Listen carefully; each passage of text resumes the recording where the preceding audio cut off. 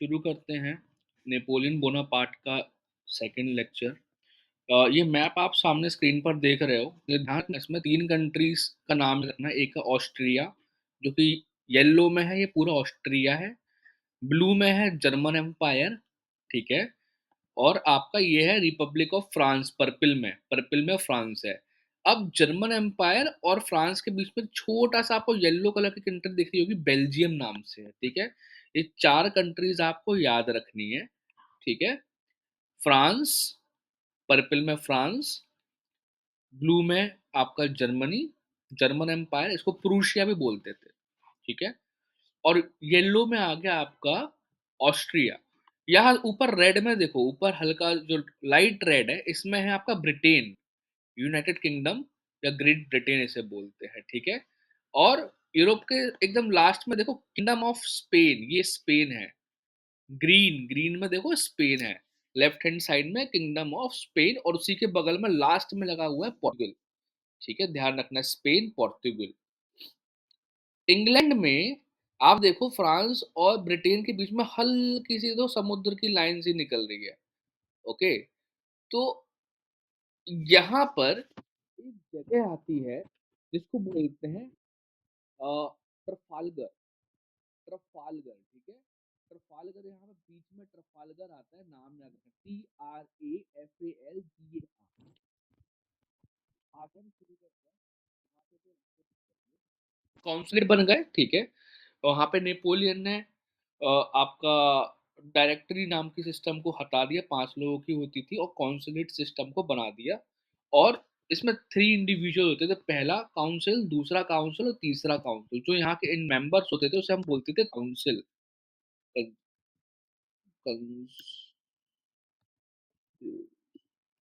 तो जो तीन जो मेंबर होते थे, पहला होता था फर्स्ट काउंसिल, कंसुल, सेकंड कंसुल और थर्ड कंसुल, ठीक है। ये 3 मेंबर हो गए। उसने, नेपोलियन ने अपने आप को फर्स्ट काउंसिल बना लिया, ठीक है। बाकी सेकंड और थर्ड काउंसिल अलग अलग हो गए, कोई और इंडिविजुअल्स हो गए। और फर्स्ट काउंसिल्स के पास पूरी पावर हुआ करती थी, आर्मी बनाने की, नियुक्ति करने की, ठीक है। ऑल पावर्स इसके पास होती थी। इस काउंसिल्स के पास या इस पोजीशन के पास पूरी पावर हुआ करती थी, और ये फर्स्ट काउंसिल था। इस तरीके से ये पूरा सिस्टम चलता था। अब इसने ये कंसूल्स आपका जो सिस्टम बना, ये तो आपका 1799 में बन गया था। फ्रेंच रेवोल्यूशन एंड हो गया, और ये आखिरी 1804 तक सिस्टम चला, कॉन्सुलेट सिस्टम। इतने 5 साल चला था, ठीक है। और फिर 1804 में फिर से कुछ ऐसा हुआ था, और ये कंसुलेट सिस्टम खत्म कर दिया गया, ठीक है। इन 5 सालों में नेपोलियन ने क्या क्या काम किए थे, एक बार वो भी डिस्कस कर लेते हैं। सबसे पहले इसने बनाया था कॉन्स्टिट्यूशन ऑफ द ईयर नाम से, इसने अपना कानून बनाया। देखो, इन 5 सालों में जो भी कॉन्स्टिट्यूट ने काम किया, उसका रिफ्लेक्शन तुम्हें आज की सोसाइटी में भी मिलेगा। नेपोलियन काफी खुले विचार का बंदा था, खुले दिमाग का बंदा था, लॉजिकल बंदा था। और इसलिए इसकी जो वैल्यूज थी, ये जिस वैल्यू से राज किया करता था, वो आज आज भी आपको इनके, हमारे समाज में, इंडियन समाज में भी और यूरोपियन समाज में भी आपको आज भी मिलेगी, ठीक है। जैसे कि दो एग्जाम्पल्स मैं आपको दूंगा। सबसे पहले इसने बनाया, नेपोलियन कोड बनाया। नेपोलियन कोड, नेपोलियन कोड क्या होती है, कोड कंडक्ट, हम लोग स्कूल में पढ़ते हैं कि कंडक्ट करने का, बिहेव करने के कुछ कोड्स क्या है, कि प्यार से बात करो, साफ सफाई रखो, ठीक है। ऐसे नेपोलियन के कोड थे, जो कि नेपोलियन के विचारधारा के बेसिक्स पॉइंट से। तो पहला नेपोलियन का कोड था equality before law, equality before law, कि कानून के आगे सब बराबर है। ध्यान रखना, हम लोग उस जमाने की बात कर रहे हैं, पुराने जमाने की, जब इक्वलिटी जैसी कोई चीज ही नहीं थी।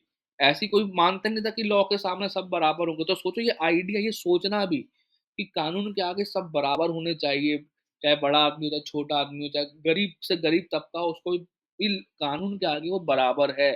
ये जो आइडिया है, ये नेपोलियन के कोड से निकल कर आता है, ध्यान रखना। पहले के जमाने में ऐसा नहीं था कि राजा को अलग वो महत्व मिलते थे, नोबल्स को अलग महत्व मिलते थे, पैसे वाले को अलग वैल्यूज मिलती थी, थोड़ा सा पैसे वाले उसको अलग वैल्यूज मिल रही। लेकिन कानून के आगे सब बराबर रहेंगे, नेपोलियन का कोड था, उसके उसका एक तरीके से उसके संस्कार थे, ठीक है। दूसरा होगा प्रॉपर्टी राइट। प्रॉपर्टी राइट, कभी नहीं सोचा था कि संपत्ति पे अधिकार, संपत्ति पे किसी बंदे का प्रॉपर अधिकार रहेगा, उसकी प्राइवेट प्रॉपर्टी है तो उस पर उसका अधिकार रहेगा, ये नेपोलियन कोड से निकल के आती है, ठीक है। और यही तो वैल्यू थी, इसकी जो वैल्यू थी, इससे जर्मनी और यूरोप भी इससे इनसे सीखे। Germany and Europe learn from these codes, ठीक है। इसने अपना एक कॉन्स्टिट्यूशन बनाया, कॉन्स्टिट्यूशन मतलब जैसे संविधान होता है चीजों को चलाने के लिए, इसने अपना कॉन्स्टिट्यूशन भी बनाया। कॉन्स्टिट्यूशन को बोलते थे ये लोग constitution of the year, year 8, तो ऐसे लिखते हैं कॉन्स्टिट्यूशन ऑफ द ईयर 8, ये एक संविधान बनाया जिससे ये लोग अपना पूरा का पूरा देश चलाते थे। इतना काम किया नेपोलियन ने। इतना करने के बाद 1804 में 1804 में नेपोलियन ने डिसॉल्व कर दिया कॉन्सुलेट को, and he became the emperor, emperor of France. ये राजा बन गया, अपने आप को राजा डिक्लेयर कर दिया, भाई थोड़ी बहुत बहुत पावर नहीं, पूरी पावर चाहिए। एम्परर क्यों बना? क्योंकि इसे इसे युद्ध लड़ने थे, ठीक है। जैसे ही एम्परर बना, उसने युद्ध लड़ना शुरू किए, और फिर शुरू होता है नेपोलियन नेपोलियनिक वॉर्स। कौन सी वॉर्स है इसके बारे में डिस्कस करेंगे, ठीक है। अब मैप में आ जाओ। मैप में देखा था फ्रांस यहाँ पर है, अब उसे लड़ना है, ठीक है। तो वो कब जाएगा? राइट हैंड साइड जाएगा। राइट हैंड साइड में दो बड़ी कंट्रीज कौन से हैं? जर्मन एम्पायर, जर्मन का एम्परर, और ऑस्ट्रिया का इतना बड़ा राजा येलो कलर का, जर्मन और ऑस्ट्रिया, तो यहाँ से युद्ध लड़ा जाएगा। अब देखो ऑस्ट्रिया का अपना राजा है, जर्मनी का अपना राजा है, और नेपोलियन अपना, तो तीन राजाओं की, थ्री एम्परर्स की लड़ाई होती है, ठीक है। सबसे बड़ी लड़ाई होती है जिसको हम लोग बोलते हैं बैटल ऑफ ऑस्टरलिट्स। बैटल ऑफ ऑस्टरलिट्स, ठीक है। तो पहली नेपोलियनिक वॉर, सबसे बड़ी लड़ाई जो लड़ता है ये बैटल ऑफ बैटल ऑफ ऑस्टरलिट्स। ध्यान रखना, ये ऑस्ट्रिया को कंट्री, ऑस्ट्रिया से ऑस्ट्रिया है, ठीक है। याद करना थोड़ा सा डिफिकल्ट होगा, तो मैं तरीका बता दे रहा हूँ कि ऑस्ट्रिया से ऑस्टरलिट्स याद रख लो। तो ये बहुत बड़ी वॉर होती है, इसमें थ्री एम्परर होता है, थ्री एम्परर्स इसमें इन्वॉल्व होते हैं, ठीक है। कौन से होगा एम्परर्स के नाम एक बार देख लेते हैं। एक तो नेपोलियन हो गया, और फ्रांस जार नाम का था, टीजार एलेक्जेंडर, एलेक्जेंडर नाम से रखना। जार एलेक्जेंडर थे रशिया, सॉरी आपके ऑस्ट्रिया के,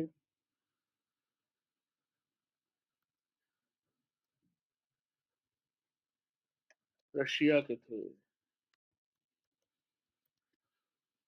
sorry, I missed one point, इसमें ध्यान रखो। मैप दोबारा से, थ्री एम्परर की लड़ाई, मैं कहाँ गया, ठीक है।